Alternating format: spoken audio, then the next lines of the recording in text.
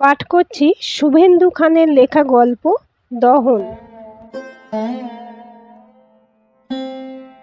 বৈশাখ মাসের রবিবার। সূর্য ডুবতে এখনো বেশ কিছুটা সময় বাকি। রোদের তেজ কিছুটা কমলেও দিন শেষের আগে সূর্যদেব জানিয়ে দিয়ে যাচ্ছে তার দাপট। পুরানো আমলের দেয়াল ঘড়ি ঢং ঢং করে ঘন্টা বাজিয়ে জানান দেয় বিকেল 4টে। দুর্যোধন বড়াল চেয়ারে গা এলিয়ে ঝিমোচ্ছিলেন। ঢং ঢং করে ঘড়ির ঘন্টা কানে যেতেই সচকিত হয়ে ওঠেন। একটা হাই তুলে আড়মোড়া ভেঙে উঠে দাঁড়ান দুর্যোধন বড়াল। একবার দেওয়াল ঘড়ির দিকে চেয়ে দেখেন, তারপর ধুতিটা আঁটো করে কোমরে বেঁধে গায়ে গলিয়ে নিলেন ফতুয়া। পায়ে হাওয়াই চটি গলিয়ে নিয়ে বাইরে এসে দাঁড়ালেন। একটু পরেই বুড়ো বটগাছের নিচে শুরু হবে সালিশি সভা। দুর্যোধন বড়াল ঝিংলি গাঁয়ের মোড়ল। দুর্যোধনের নামে এ গাঁয়ের লোক এক কথায় উঠে বসে, বাঘে গরুতে এক ঘাটে জল খায়। শহুরে বাতাস এখনও এ গ্রামে এসে পৌঁছায়নি। গ্রামের মানুষজন জানে না আইন কানুন, উকিল, আদালত।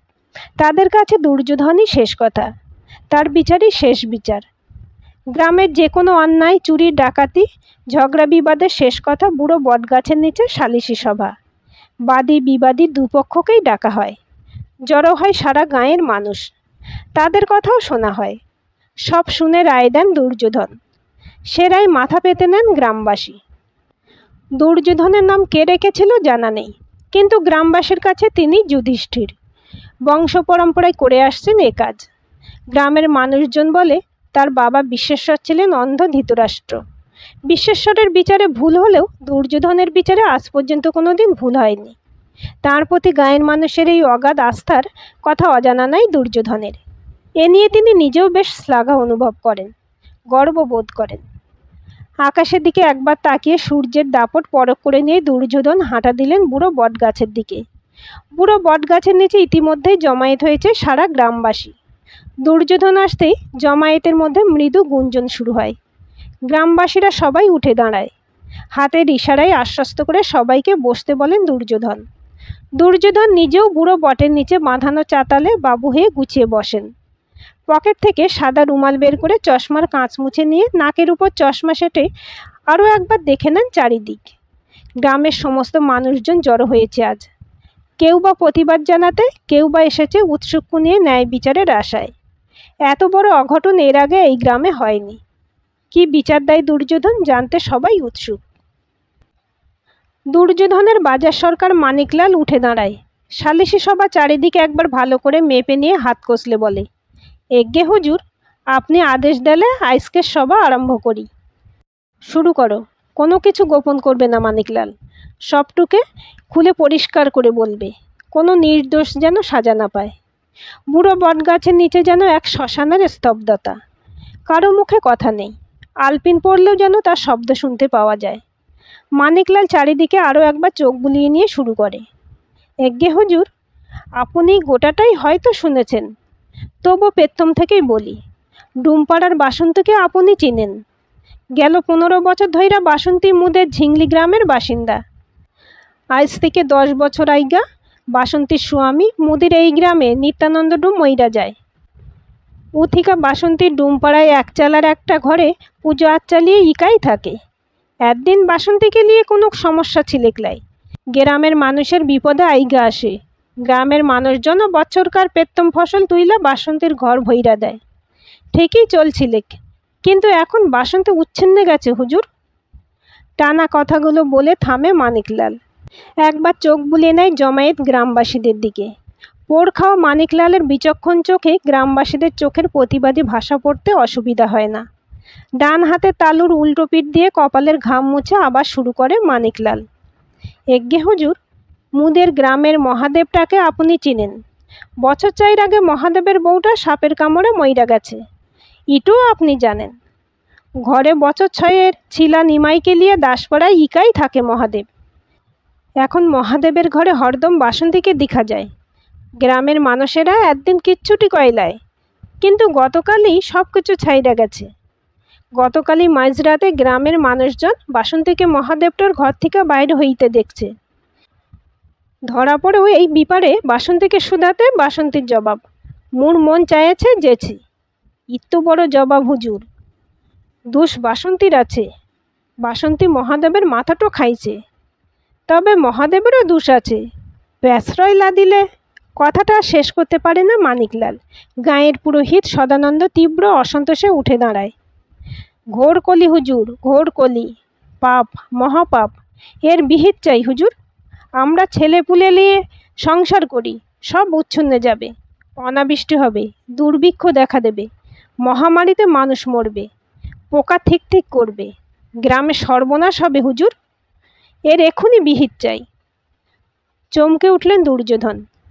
চোখের সামনে দেখতে পেলেন ছোটবেলায় দেখা সেই ভয়ঙ্কর দুর্ভিক্ষ। বাটি হাতে তাদের বাড়িতে সারা গ্রামের মানুষজন। একটুকু ফ্যান দে না মা, গোলা ভরা ধান উদাও। বাবা বিশ্বেশ্বর কোমরের পেছনে হাত দিয়ে সারা ঘরের মধ্যে অস্থির পায়চারি করছেন আর ঈশ্বরের নাম জপছেন। বৃষ্টি দাও ঠাকুর, অনাহারে মানুষ মরছে রোজ। দুর্ভিক্ষের সাথে সাথে এলো মহামারী, চারিদিকে মৃত্যু মিছিল, অসহায় মানুষের হাহাকার, চিল শকুন। আর ভাবতে পারলেন না দুর্যোধন, দুচোখ বন্ধ করলেন। ঠিক তখনই সমস্বরে গ্রামবাসীরা চিৎকার করে উঠল, ইর বিধেন দেন হুজুর, ইর বিধেন দেন।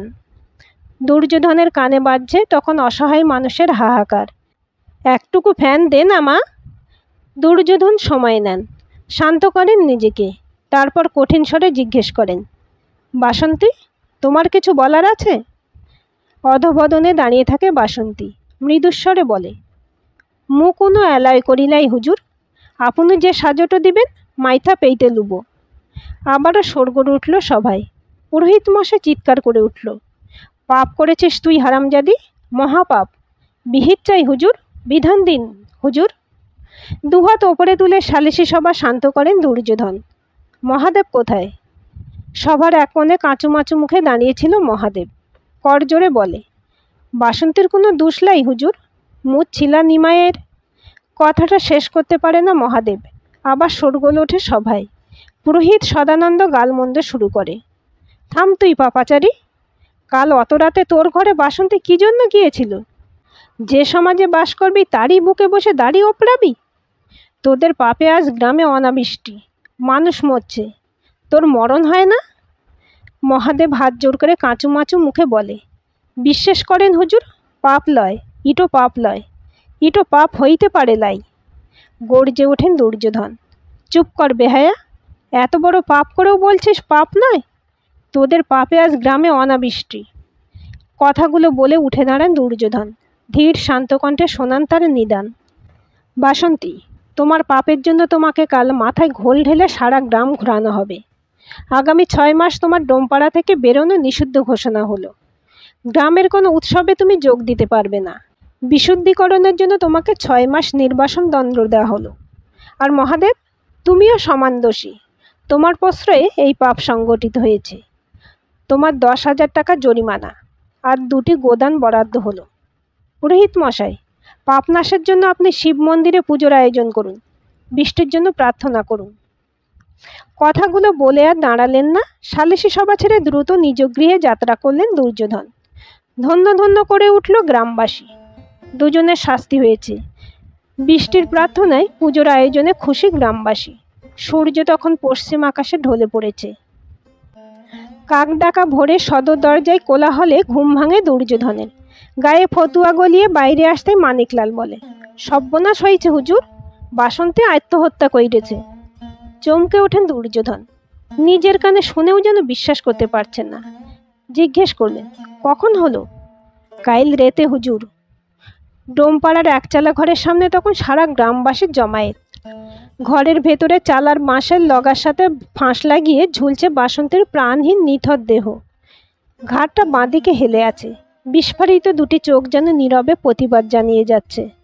শিউরে ওঠেন দুর্যোধন। কপালে বিন্দু বিন্দু ঘাম। ঘরের ভেতরে থাকতে না পেরে বাইরে আসেন। মানিকলাল পাশেই দাঁড়িয়েছিল। জিজ্ঞেস করে, পুলিশে খবর দেব হুজুর? দে, আমি সামলে নেব। বাইরে ফিসফাস গুঞ্জন। চাপা কান্নার আওয়াজের মাঝে দুর্যোধন শুনতে পেলেন একটি বাচ্চা ছেলের মরা কান্না। মা, মা! চমকে ফিরে তাকান দুর্যোধন। বছর 6-এর একটি হাড় গিলগিলে রুগ্ন ছেলে ক্রমাগত কেঁদেই চলছে। চোখ দুটো ফুলে ফুলে জবা ফুলের মতো লাল। মহাদেবের ছেলে না? মানিকলাল জানান দেয়, এগ্গে হুজুর। পাশেই দাঁড়িয়েছিল মহাদেব। করজোরে এগিয়ে আসে। মোর মা মোরা ছেলে হুজুর, মাকে খুঁজছে। কদিন থেকেই নিমাইয়ের শরীর ভালো ছিল লাই। পরশু রেতে ধুম জ্বর, বমি করছিল। মুই ইকা সামলাইতে পারছিলাম লাই। বাসন্তী এসেছিল, খুব ভালোবাসত নিমাইকে। নিমাই বাসন্তীর মাঝে নিজের মাকে খুঁজে পায়। জন্মের পর মাকে হারাইছে, আজ আবার মাটো হারাইল। ভালোবাসা কি পাপ হুজুর? বিস্ফারিত চোখে তাকিয়ে থাকেন দুর্যোধন। মহাদেবের কথাগুলো কানের মধ্যে তখন গরম শিশে ঢেলে দিচ্ছে। হুজুর, আপনি শুধু বাইরের চেহারাটা দেখলেন, তার ভিতরের মাটোকে দেখলেন না। আপনার কেমন বিচার হুজুর? চশমার আড়ালে দুর্যোধনের দু চোখ তখন ঝাপসা। অনুশোচনার দাও দাও আগুনের লেলিহান শিখা তার কানের কাছে ক্রমাগত যেন ফিসফিসিয়ে বলে যাচ্ছে, তুই দুর্যোধনই রয়ে গেলি, যুধিষ্ঠির হতে পারলি না। আজকের এই গল্পটি আপনাদের কেমন লাগলো কমেন্ট করে জানাবেন। ভালো লাগলে অবশ্যই একটা লাইক দেবেন আর চ্যানেলটি সাবস্ক্রাইব করে সাথে থাকবেন।